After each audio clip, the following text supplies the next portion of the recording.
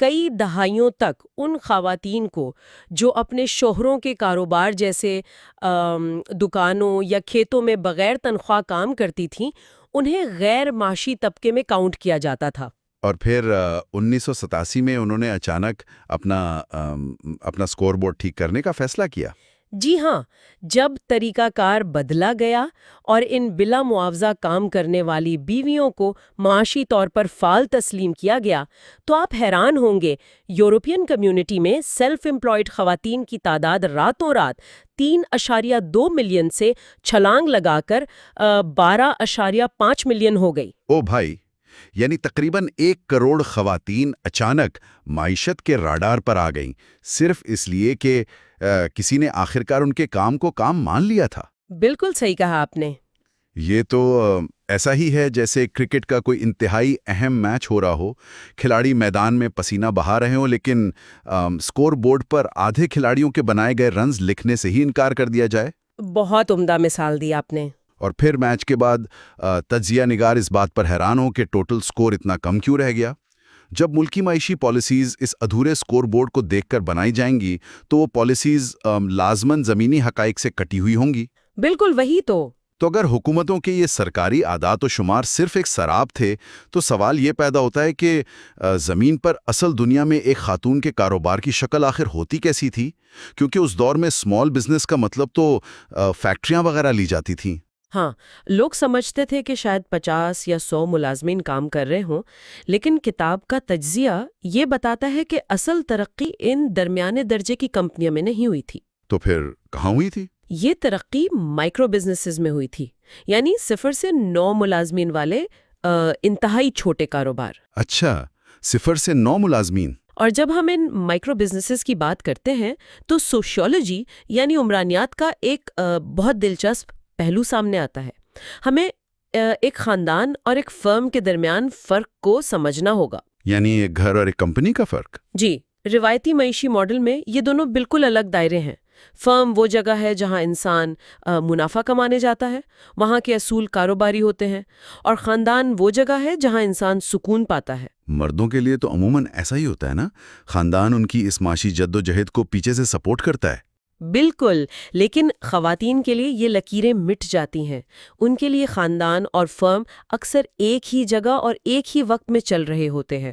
اوہ اچھا، یعنی وہ اگر گھر سے کام کر رہی ہیں تو؟ جی ہاں، وہ اپنے مائکرو بزنس کو کچن کی میز سے یا گھر کے کسی کونے سے چلا رہی ہوتی ہیں۔ ان کا کاروبار خاندان سے الگ نہیں ہوتا، بلکہ خاندانی ذمہ داریوں کے عین بیچ میں گندھا ہوتا ہے۔ رکیے، یہاں بات واقعی بہت دلچسپ ہو جاتی ہے، اور اس پر میں تھوڑا ڈیولز ایڈوکیٹ بن کر ایک سوال اٹھانا چاہوں گا۔ جی ضرور پوچھیے۔ ہم کہہ رہے ہیں کہ خواتین اپنے کاروبار کو گھر کے اندر اور کچھ مخصوص شعبوں جیسے کپڑے سلائی کرنا یا بچوں کی دیکھ بھال تک محدود رکھتی ہیں۔ کتاب اسے سیکٹورل سیگریگیشن کہتی ہے۔ جی بالکل۔ لیکن کیا یہ ممکن نہیں کہ خواتین خود اپنی مرضی سے ان روایتی شعبوں کا انتخاب کرتی ہوں؟ میرا مطلب ہے، اگر ایک خاتون نے ساری زندگی بہترین کھانا پکایا ہے تو یہ ایک لاجیکل بزنس سینس ہے نا کہ وہ اسی کو اپنا کاروبار بنا لیں۔ ہم اسے ایک منظم معاشرتی رکاوٹ کیوں کہہ رہے ہیں؟ یہ بظاہر تو بہت ٹھوس اور منطقی دلیل لگتی ہے، اور دلچسپ بات یہ ہے کہ اکثر روایتی معاشی ماہرین بھی بالکل یہی عذر پیش کرتے ہیں۔ ہاں، مطلب ایک کامن سینس کی بات لگتی ہے۔ لیکن جب ہم اس کتاب میں موجود محققین کے کام کی گہرائی میں جاتے ہیں تو واضح ہوتا ہے کہ یہ کوئی آزادانہ شعوری انتخاب نہیں ہے۔ اچھا، تو پھر کیا ہے یہ؟ اسے چوائس کہنا اصل میں زمینی حقائق کو جھٹلانے جیسا ہے۔ اصل میں یہ سختی چیلنجز یعنی ان معاشرتی رکاوٹوں کا نتیجہ ہے جو پہلے دن سے ہی کھیل کے اصول طے کر دیتی ہیں۔ آپ کا مطلب ہے سوشلائزیشن کی وجہ سے؟ جی بالکل۔ ہوتا یہ کہ معاشرہ بچپن سے ہی لڑکوں کو تکنیکی مہارتوں جیسے انجینئرنگ اور مشینی کاموں کی طرف دھکیلتا ہے، جبکہ لڑکیوں کی تربیت دیکھ بھال اور گھریلو امور کے گرد گھومتی ہے۔ صحیح، یعنی جب وہ بڑی ہوتی ہیں تو ان کے پاس اسکلز ہی یہی ہوتی ہیں۔ بالکل۔ جب ایک خاتون کاروبار شروع کرنے کا سوچتی ہے تو اس کے پاس وہی مخصوص سکلز ہوتی ہیں جن تک معاشرے نے اسے رسائی دی ہوتی ہے۔ مزید یہ کہ انہیں کاروبار کے لیے دور دراز علاقوں یا انڈسٹریل زونز میں جانے کی ویسی آزادی نہیں ہوتی، اس لیے وہ جیوگرافیکل طور پر بھی مجبور ہوتی ہیں کہ وہیں کاروبار کریں جو گھر کی چار دیواری یا محلے میں ممکن ہو۔ یعنی یہ ان کا شوق یا انتخاب نہیں ہے، یہ تو بس ان محدود وسائل کے اندر بقا کی ایک جنگ ہے۔ بالکل صحیح سمجھیں آپ۔ اس کا مطلب ہے کہ ان کا گراؤنڈ ہی پہلے دن سے چھوٹا کر دیا جاتا ہے۔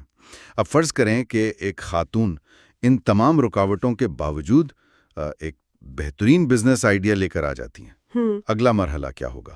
اسے سرمایہ کی ضرورت پڑے گی، فنڈنگ چاہیے ہوگی۔ اور بس یہیں سے وہ مرحلہ شروع ہوتا ہے جہاں سب سے زیادہ تفریق کا سامنا کرنا پڑتا ہے۔ اس پر نیدرلینڈز کی محقق گرڈا کوپر کی بڑی زبردست ریسرچ کتاب میں شامل ہے۔ اچھا، گرڈا کوپر، انہوں نے کیا دریافت کیا بینکوں کے حوالے سے؟ ان کی تحقیق اس بات کو بالکل واضح کر دیتی ہے کہ یہ معیشتی ادارے جو خود کو بالکل غیر جانبدار اور بڑا پروفیشنل کہتے ہیں، ان کے اندر کتنا گہرا ساختگی تعصب پایا جاتا ہے۔ مثال کے طور پر جب ایک مرد بینک سے کاروباری قرض لینے جاتا ہے تو بینک مینیجر اسے ایک پرعزم اور خطرہ مول لینے والے شخص کے طور پر دیکھتا ہے۔ اور جب ایک خاتون جاتی ہیں تو جب ایک خاتون بالکل ویسی ہی بزنس پچ لے کر جاتی ہے تو اسے اکثر غیر سنجیدہ سمجھا جاتا ہے۔ بینکوں والوں کی ذہنیت یہ ہوتی ہے کہ یہ تو بس فارغ وقت گزاری کا ایک مشغلہ ہے اور کل کو بچوں کی وجہ سے یہ خاتون کاروبار بند کر دے گی۔ یہ تو بالکل ایسا ہی ہو گیا جیسے دو لوگ ایک انتہائی ہائی سٹیکس پوکر گیم کھیل رہے ہوں۔ واقعی؟ کیسے؟ یعنی کھیل کی میز تو ایک ہی ہے، لیکن ڈیلر نے اصول یہ طے کر دیا ہے کہ پہلا کھلاڑی یعنی مرد تو کیش کے ساتھ کھیل سکتا ہے کیونکہ اس کے پاس جائیداد ہے، لیکن دوسرا کھلاڑی یعنی خاتون کو صرف پرچیوں پر لکھے وعدوں کے ساتھ کھیلنا ہوگا۔ بہت خوب، بالکل یہی ہوتا ہے۔ مرد عموماً اپنے گھر کی ملکیت کو بطور ضمانت یا کولیٹرل استعمال کر لیتے ہیں، کیونکہ تاریخی طور پر جائیداد ہوتی ہی مردوں کے نام ہے نا۔ جی بالکل، لیکن چونکہ خواتین کے نام پر جائیداد نہ ہونے کے برابر ہوتی ہے، اس لیے بینک انہیں ادھار دینے سے انکار کر دیتے ہیں۔ کھیل کی مائز ایک ہے، لیکن ڈیلر کا رویہ دونوں کے لیے بالکل الگ ہے۔ اس لیے سرمایہ تک رسائی خواتین کے لیے ایک انتہائی بڑی رکاوٹ بن جاتی ہے، اور اگر فرض کریں وہ کسی نہ کسی طرح ادھار لے کر یہ مرحلہ عبور کر بھی لیں تو ان کے سر پر ایک اور بہت بڑا چیلنج منڈلا رہا ہوتا ہے۔ اوہ اچھا، اب کون سا چیلنج؟ جسے ماہرین ڈبل برڈن یا دوہرا بوجھ کہتے ہیں۔ اچھا، ڈبل برڈن۔ جی ہاں، رچرڈسن اور ہارٹشون نے اس پر بڑی تفصیلی ریسرچ کی ہے۔ انہوں نے ٹائم مینجمنٹ کے حوالے سے ایک زبردست نقطہ اٹھایا ہے۔ وہ کیا؟ دیکھیے، ایک عام مرد کا کام کا وقت اس کا اپنا ہوتا ہے، وہ دفتر میں بس ایک باس ہوتا ہے، لیکن ایک کاروباری خاتون ایک ہی وقت میں مینیجر بھی ہے، اور اس کے دماغ کے ایک حصے میں یہ بھی چل رہا ہے کہ بچوں کو اسکول سے لانا ہے اور شام کا کھانا بھی بنانا ہے۔ یعنی یہ دوہرا بوجھ صرف جسمانی تھکاوٹ کا نام نہیں ہے؟ بالکل نہیں، یہ بنیادی طور پر ایک شدید ذہنی بوجھ ہے، ایک ایسا مینٹل لوڈ جو انسان کی تخلیقی اور کاروباری صلاحیتوں کو نچوڑ لیتا ہے۔ واقعی یہ تو بہت پریکٹیکلی ٹرو لگتا ہے۔ اگر ہم اسے وسیع تر تناظر میں دیکھیں تو رچرڈسن اور ہارٹشو نے تجویز دی کہ جب خواتین کے لیے بزنس سٹارٹ اپ ٹریننگ کے پروگرام بنائے جائیں تو انہیں گھریلو ماحول سے جسمانی طور پر دور ہونا چاہیے۔ یعنی انہیں گھر کے اندر ٹریننگ نہ دی جائے؟ جی، جب تک انہیں وہ ذہنی اور جسمانی سپیس نہیں ملے گی جہاں وہ صرف اپنے بزنس کے بارے میں سوچ سکیں، وہ کبھی بھی اسے ایکسپینڈ نہیں کر پائیں گی۔ اس سب کو سن کر یوں لگتا ہے جیسے کوئی ایک میراتھن کی دوڑ میں حصہ لے رہا ہو، جہاں ہر قدم پر پوری توجہ چاہیے ہوتی ہے، لیکن منتظمین کی طرف سے یہ شرط ہو کہ دوڑتے دوڑتے اس شخص کو ٹریک پر موجود باقی لوگوں کو پانی بھی پلانا ہے اور ان کے جوتوں کے تسمے بھی باندھنے ہیں۔ بالکل، اور پھر امید کی جائے کہ وہ ریس بھی جیتے۔ ہاں، اور پھر بھی اس سے توقع کی جائے کہ وہ سب سے پہلے فنش لائن کراس کریں۔ تو اب اس میراتھن کے تصور کو ذہن میں رکھتے ہوئے جب ہم ان خواتین کی بات کرتے ہیں جو واقعی یہ ریس پوری کر لیتی ہیں، تو وہاں جانسن اور سٹوری کی ریسرچ سامنے آتی ہے۔ جی، جانسن اور سٹوری کے اعداد و شمار بہت اہمیت کے حامل ہیں۔ میرا سوال یہ ہے کہ ان تمام رکاوٹوں کے باوجود جب وہ مارکیٹ میں آ جاتی ہیں تو کیا ان کی کارکردگی مردوں سے مختلف ہوتی ہے؟ جانسن اور سٹوری کے مطابق تو قائم شدہ مرد اور خواتین کے کاروباروں کی کارکردگی میں اختلافات کے بجائے مماثلتیں زیادہ پائی جاتی ہیں۔ اچھا، یعنی وہ برابر ہوتی ہیں؟ جی، جب بات بزنس کو چلانے کی آتی ہے تو وہ بالکل مردوں کے شانہ بشانہ کھڑی ہوتی ہیں۔ یہ ڈیٹا تو واقعی حوصلہ افزا ہیں۔ حوصلہ افزا ضرور ہے، لیکن یہ ایک بہت بڑے سروائیورشپ بائس کو بھی ظاہر کرتا ہے۔ سروائیورشپ بائس، وہ کیسے؟ محققین کہتے ہیں کہ یہ ڈیٹا ان ہزاروں خواتین کی گنتی نہیں کرتا جو بینکوں سے دھتکار دی گئیں یا اس دوہرے ذہنی بوجھ کی وجہ سے کام شروع ہی نہیں کر سکیں۔ ہاں، یعنی جو فلٹر سے گزر کر اوپر آئی ہیں، ہم صرف انہیں دیکھ رہے ہیں۔ بالکل، یہ صرف ان چند لوگوں کی کہانی ہے، اور اس سے ایک اہم سوال پیدا ہوتا ہے۔ کون سا سوال؟ سوال یہ کہ کیا ان کامیاب خواتین نے مسابقت کے اسی ماڈل کو اپنایا جو روایتی طور پر مردوں کا ہوتا ہے، یا انہوں نے کامیابی کو کسی نئے زاویے سے دیکھا؟ اور اس سوال کی تہہ تک پہنچنے کے لیے ہمیں نیدین ووکنز کی ریسرچ دیکھنی پڑتی ہے نا؟ جی بالکل، نیدین ووکنز کی تحقیق اس بات پر بہت اچھی روشنی ڈالتی ہے۔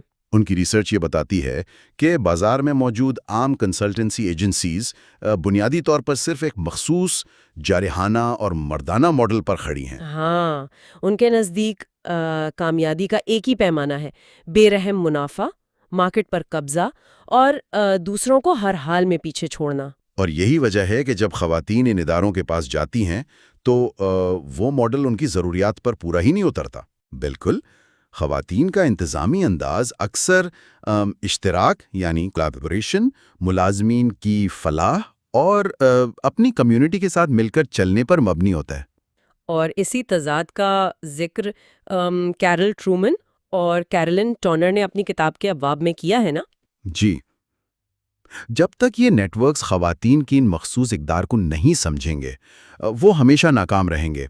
اس کی ایک بڑی زبردست عملی مثال ہمیں داوندر کور اور کیرل ہیڈن کی ریسرچ میں ملتی ہے۔ اچھا، انہوں نے کون سی ریسرچ کی تھی؟ انہوں نے ویسٹ مڈلینڈز کلوزنگ پروجیکٹ کا تفصیلی جائزہ لیا تھا۔ یہ پروجیکٹ صرف خوخلے مشورے دینے کی جگہ نہیں تھا، بلکہ اس نے ایک ایسا ماڈل پیش کیا جو باقاعدہ ہمدردانہ اور کولیبریٹو فریم ورک پر کام کرتا تھا۔ وہ کس طرح؟ میرا مطلب ہے عام ایجنسیز سے یہ پروجیکٹ پریکٹیکلی مختلف کیسے تھا؟ دیکھیں، عام ایجنسیز تو آتی ہیں اور بس یہ بتاتی ہیں کہ بزنس پلان کیسے لکھنا ہے۔ ہاں، وہ صرف تھیوری بتاتے ہیں۔ بالکل، لیکن اس ویسٹ مڈلینڈز پروجیکٹ نے خاص طور پر پسماندہ علاقوں کی خواتین کو ٹارگٹ کیا۔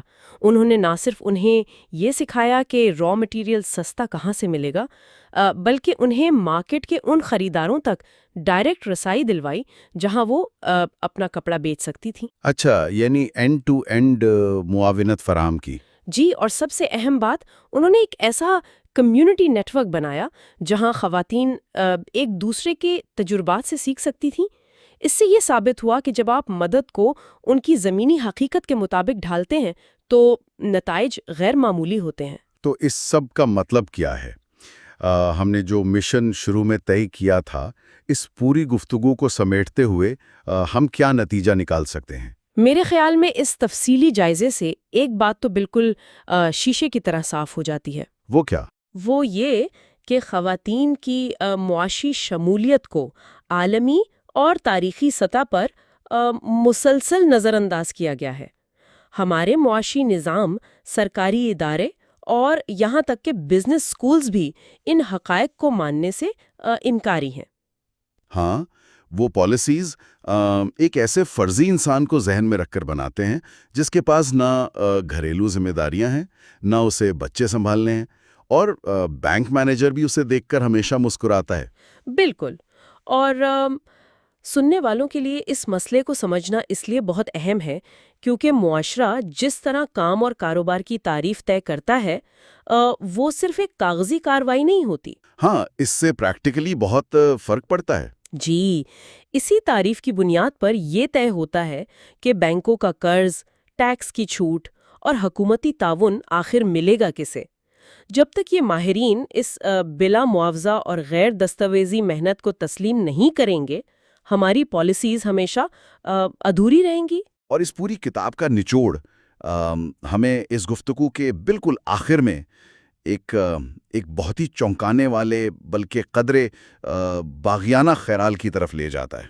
اچھا، وہ خیال کیا ہے؟ اگر ہم تھوڑا ٹھہر کر سوچیں کہ اگر ہمارے یہ تمام روایتی معاشی پیمانے اور یہ اعداد و شمار اتنی بڑی تعداد میں انسانوں کی محنت کو ماپنے میں 1-2 سال نہیں بلکہ دہائیوں سے مسلسل ناکام رہتے آ رہے ہیں، جی بالکل، ان کی ناکامی تو ثابت ہے۔ تو کیا ہمیں جی ڈی پی اور اس معاشی ترقی کی موجودہ تعریفوں کو ہی ردی کی ٹوکری میں نہیں پھینک دینا چاہیے؟ اوہ، یہ واقعی سوچنے کا ایک بالکل نیا زاویہ ہے۔ شاید اب وقت آ گیا ہے کہ معیشت کو اس موجودہ استحصالی ماڈل سے نکال کر بالکل نئے سرے سے ڈیزائن کیا جائے۔ ہاں، جہاں اس بلا معاوضہ محنت کی قدر ہو۔ بالکل، ایک ایسا نظام جس کے مرکز میں وہی بنا معاوضہ مگر عمر بخش محنت شامل ہو، جس کے بغیر نہ کوئی خاندان چل سکتا ہے اور نہ ہی کوئی منڈی۔ صحیح بات ہے۔ جب تک ہم اس بنیادی پیمانے کو تبدیل نہیں کرتے، ہم بس اس ادھورے سکور بورڈ کو ہی دیکھتے رہیں گے اور یہی سوچتے رہیں گے کہ آدھی آبادی آخر پیچھے کیوں ہے۔ بالکل۔ اور یہ ایک ایسا سوال ہے جو کسی بھی بشعور انسان کو اپنے نظام سے ضرور پوچھنا چاہیے کہ کیا واقعی وہ محنت جو گنی نہیں جاتی Thank you for watching اس کا کوئی Khadija وجود نہیں ہوتا؟ Talimwali YouTube channel.